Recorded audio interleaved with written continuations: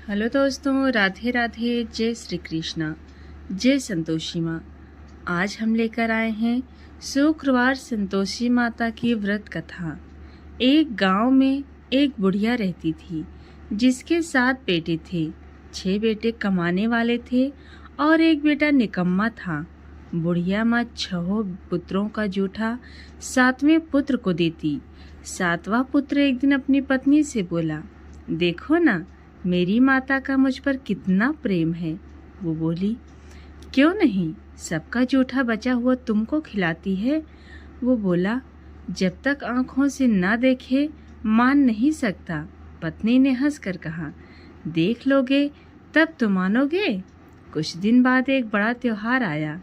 घर में 7 प्रकार के भोजन और चूरमा के लड्डू बने।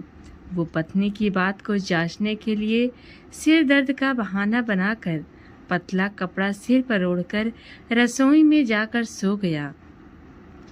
कपड़े में से सब देखता रहा। 6 भाई भोजन करने आए।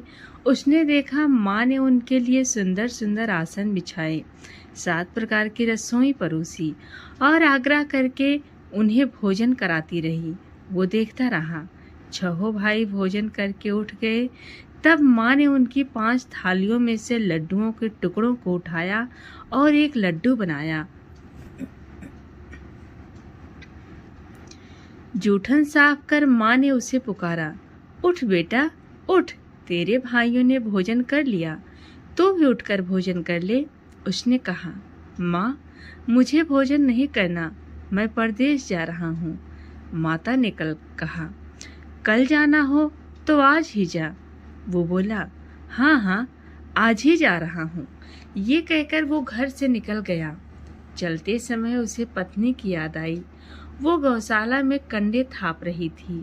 वहाँ जाकर वो बोला, मेरे पास तो कुछ नहीं है, ये अंगूठी है सो ले लो और अपनी कोई निशानी मुझे दे दो। वो बोली, मेरे पास क्या है, ये गोबर भरा हाथ है। ये कहकर पत्नी ने उसके पीठ पर गोबर के हाथ की थाप मार दी। चलते चलते दूर देश में पहुंचा। वहां एक साहूकार की दुकान थी। वहां जाकर बोला, सेठ जी, मुझे नौकरी पर रख लो। साहूकार को नौकर की सख्त जरूरत थी। साहूकार ने कहा, काम देखकर तनख्वाह मिलेगी। उसने कहा, सेठ जी, जैसा आप ठीक समझें। उसे साहूकार के यहाँ नौकरी मिल गई। वो वहाँ दिन रात काम करने लगा। कुछ दिन में दुकान का लेन देन, हिसाब किताब, ग्राहकों को माल बेचना, सारा काम करने लगा। साहूकार के 7-8 नौकर थे। वे सब चक्कर खाने लगे, लेकिन उसने अपनी लगन, परिश्रम और ईमानदारी से सभी को पीछे छोड़ दिया। उसे अपने किए का फल मिला। सेठ ने भी उसका काम देखा और 3 महीने में ही उसे मुनाफे में साझीदारी बना लिया। परिश्रम करते करते 12 वर्ष में ही वो नगर का नामी सेठ बन गया और सेठ अपना सारा कारोबार उस पर छोड़कर बाहर चला गया। इधर उसकी पत्नी पर क्या बीती वो सुने। सास ससुर उसे दुख देने लगे। गृहस्थी का काम करवाकर उसे लकड़ी लेने जंगल में भेजते। इसी बीच घर की रोटियों के आटे से जो भूसी निकलती, उसकी रोटी बनाकर रख दी जाती और फूटे नारियल की नरीली में पानी दिया जाता। इस तरह दिन बीतते रहे। एक दिन वो जब जंगल में लकड़ी लेने जा रही थी, तब उसे रास्ते में बहुत सी स्त्रियां संतोषी माता का व्रत करती दिखाई दी। वहां वो खड़ी होकर पूछने लगी, बहनों, ये तुम किस देवता का व्रत करती हो और इसके करने से क्या फल होता है? इस व्रत के करने की क्या विधि है? यदि तुम अपने इस व्रत का विधान मुझे समझाकर कहोगी तो मैं तुम्हारा बड़ा एहसान मानूंगी। उनमें से एक स्त्री बोली, सुनो, ये संतोषी माता का व्रत है। इसके करने से निर्धनता, दरिद्रता का नाश होता है। लक्ष्मी आती हैं, मन की चिंताएं दूर होती हैं, मन को प्रसन्नता और शांति मिलती है, निपुति को पुत्र मिलता है और प्रीतम बाहर गया हो तो वो शीघ्र लौट आता है। कुंवारी कन्या को मनपसंद वर मिलता है, चलता मुकदमा खत्म हो जाता है, कलह कलेश की निवृत्ति हो जाती है, मुख शांति होती है, घर में धन जमा हो, धन जायदाद का लाभ होता है तथा और भी मन में जो इच्छाएं हों पूरी होती है। सब संतोषी माता की कृपा से संपूर्ण होती हैं, इसमें संदेह नहीं है। वो पूछने लगी, ये व्रत कैसे किया जाता है, ये भी बताओ तो बड़ी कृपा होगी। वो स्त्री कहने लगी, बिना परेशानी श्रद्धा और प्रेम से जितना भी बन सके प्रसाद लेना, 5.25 पैसे से 5.25 आने तथा इससे भी ज़्यादा शक्ति और भक्ति के अनुसार गुड़ और चना ले। हर शुक्रवार को निराहार रहकर कथा कहना और सुनना, इसके ओम बीज कम न टूटे। लगातार नियम के पालन करना। सुनने वाला न कोई मिले तो घी का दीपक जलाकर उसके आगे जल के पात्र को रख कथा कहना, परंतु नियम न टूटने पाए। जब तक यह कार्य सिद्ध न हो नियम पालन करना और कार्य सिद्ध हो जाने पर व्रत का उद्यापन करना। 3 माह में माता पूरा फल प्रदान करती हैं। यदि किसी के ग्रह खोटे हैं तो भी माता 1 वर्ष में अवश्य उसको अनुकूल करती हैं। कार्य सिद्ध होने पर ही उद्यापन करना, बीच में नहीं। उद्यापन में 2.5 सेर आटे का खाजा तथा इसी अनुसार खीर तथा चने का साग बनाना।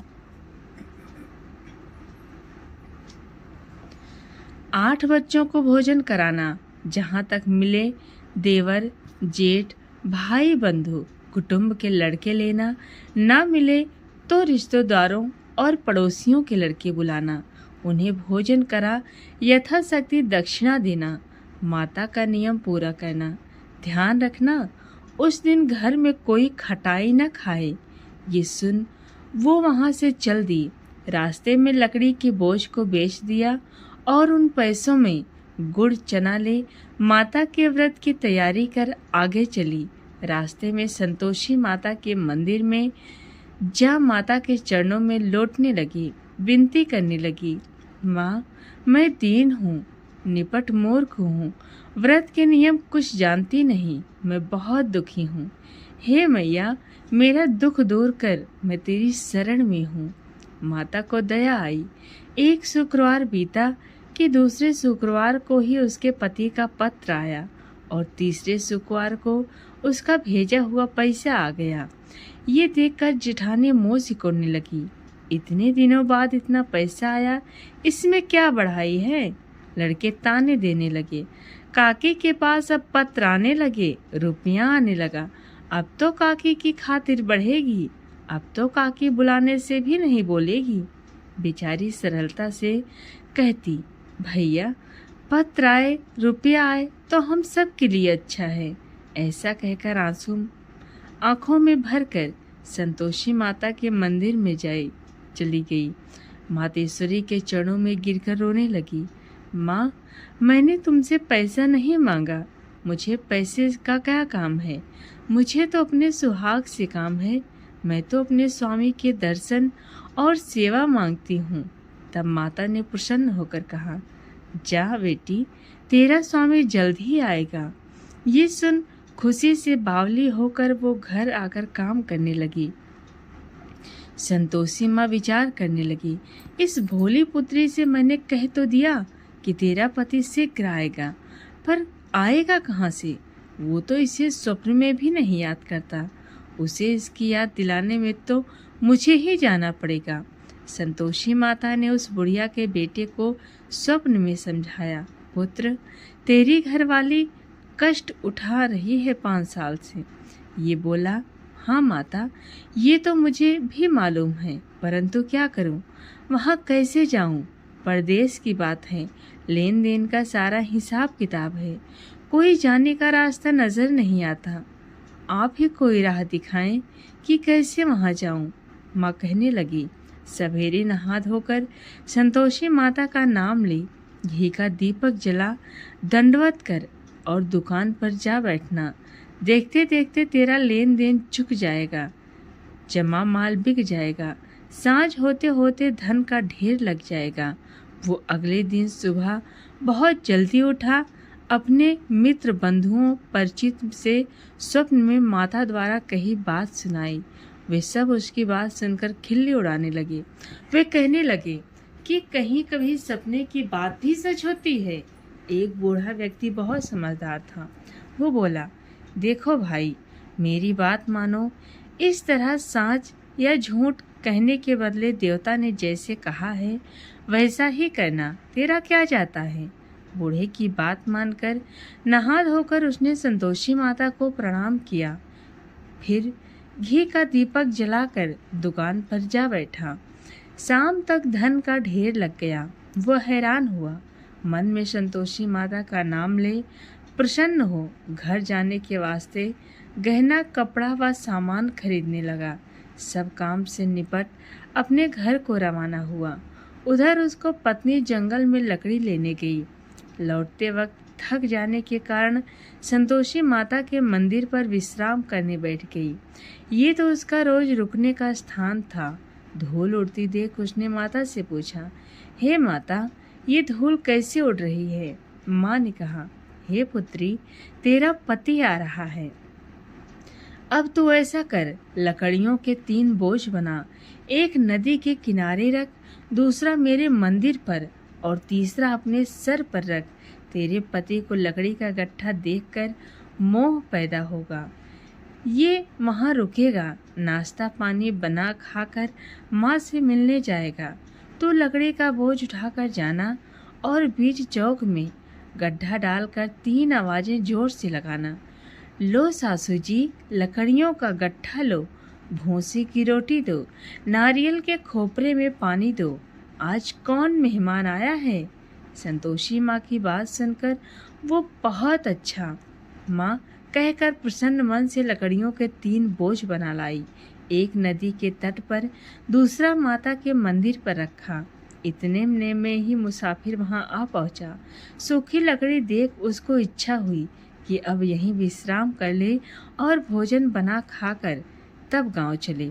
इस प्रकार भोजन कर विश्राम कर वो अपने गांव में आ गया। उसी समय बहू सिर पर लकड़ी का गट्ठा लिए आई। उसने गट्ठा को आंगन में डाल जोर से 3 आवाज दी, लो सासू जी, लकड़ी का गट्ठा लो, भूसी की रोटी दो, नारियल के खोपरे में पानी दो, आज कौन मेहमान आया है।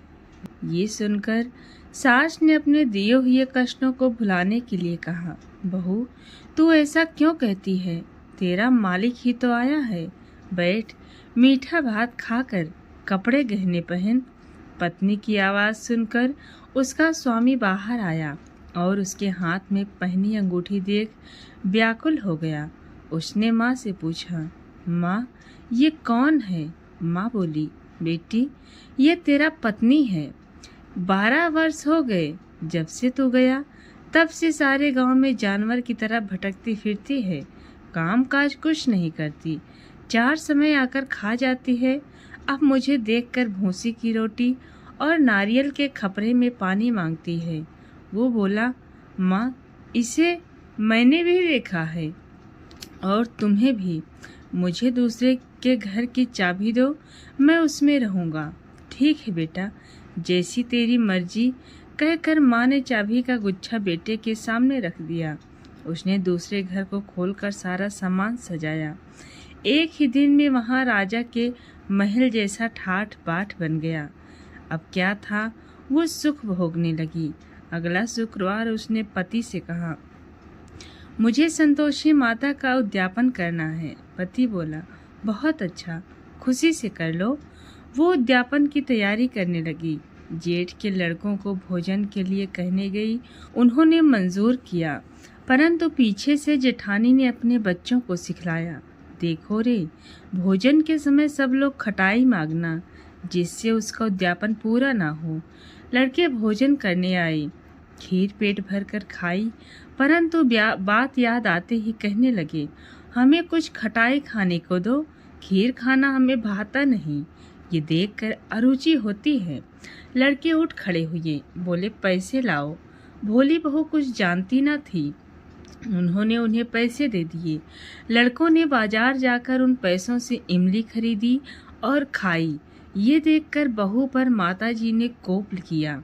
राजा के दूत उसके पति को पकड़ ले गए। अब सब मालूम हो गया।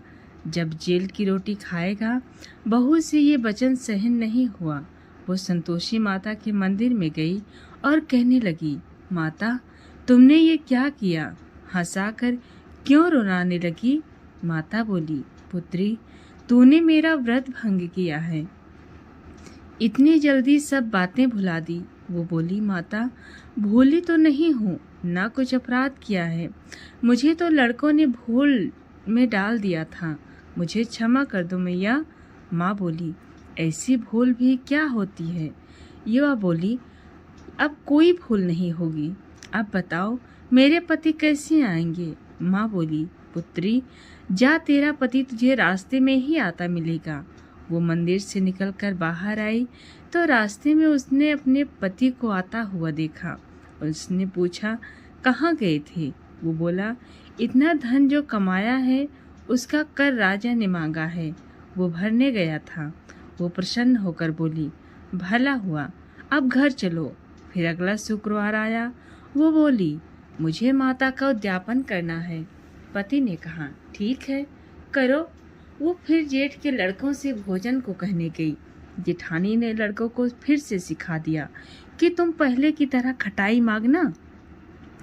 लड़के भोजन करने बैठे, लेकिन भोजन करने से पहले ही कहने लगे, हमें खीर पूरी नहीं भाती, जी बिगड़ता है, कुछ खटाई खाने को दो। यह देख वो बोली, खटाई खाने को नहीं मिलेगी, खाना हो तो खाओ। उनके उठकर चले जाने के बाद उसने ब्राह्मणों के लड़के को बुलाकर भोजन करवाया। दक्षिणा की जगह उन्हें एक एक फल दिया। इससे संतोषी माता प्रसन्न हो गईं। माता की कृपा से 9 माह बाद उसको चंद्रमा के समान एक सुंदर पुत्र प्राप्त हुआ। पुत्र को लेकर वो प्रतिदिन संतोषी माता के मंदिर में जाने लगी। माँ ने सोचा कि ये रोज आती है, आज क्यों ना मैं ही इसके घर चलूं, इसका आसरा देखूं तो सही। ये विचार कर माता ने भयानक रूप बनाया। गुड़ और चने से सना मुख, ऊपर से मुंड के समान, होंठ पर मक्खियां भिनभिना रही थी। दहलीज में पैर रखते ही उसकी सास चिल्लाई, देखो रे, कौन चुड़ैल डाकनी चली आ रही है, लड़कों इसे भगाओ, नहीं तो ये सबको खा जाएगी। बहू रोशनदान से देख रही थी, वहीं प्रसन्न हो उठी। आज मेरी माता मेरे घर आई हैं। ये कहकर दूध पीते बच्चे को गोद से उतार दिया। इस पर उसकी सास क्रोध से भर कर बोली, अरे रांड, इसे देखकर कैसे उतावली हुई है जो बच्चे को पटक दिया। इतने में माँ के प्रताप से जहाँ देखो वहाँ लड़के ही लड़के नजर आने लगे। वो बोली, माँ जी, मैं जिनका व्रत करती हूँ ये वही संतोषी माता हैं। इतना कहे उसने झट से घर के सारे किवाड़ खोल दिए। सब ने माता के चरण पकड़ लिए और विनती कर कहने लगे, हे माता, हम मूर्ख हैं, अज्ञानी हैं, तुम्हारे व्रत विधि की नियम को हम नहीं जानते। तुम्हारा व्रत भंग कर हमने बड़ा अपराध किया है। हे मैया, आप हमारे अपराधों को क्षमा करो।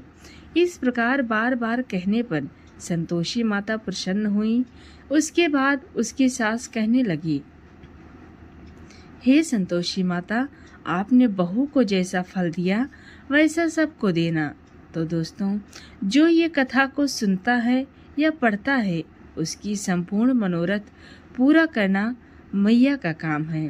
तो कैसी लगी शुक्रवार व्रत की ये कथा, हमें कमेंट में ज़रूर बताएं।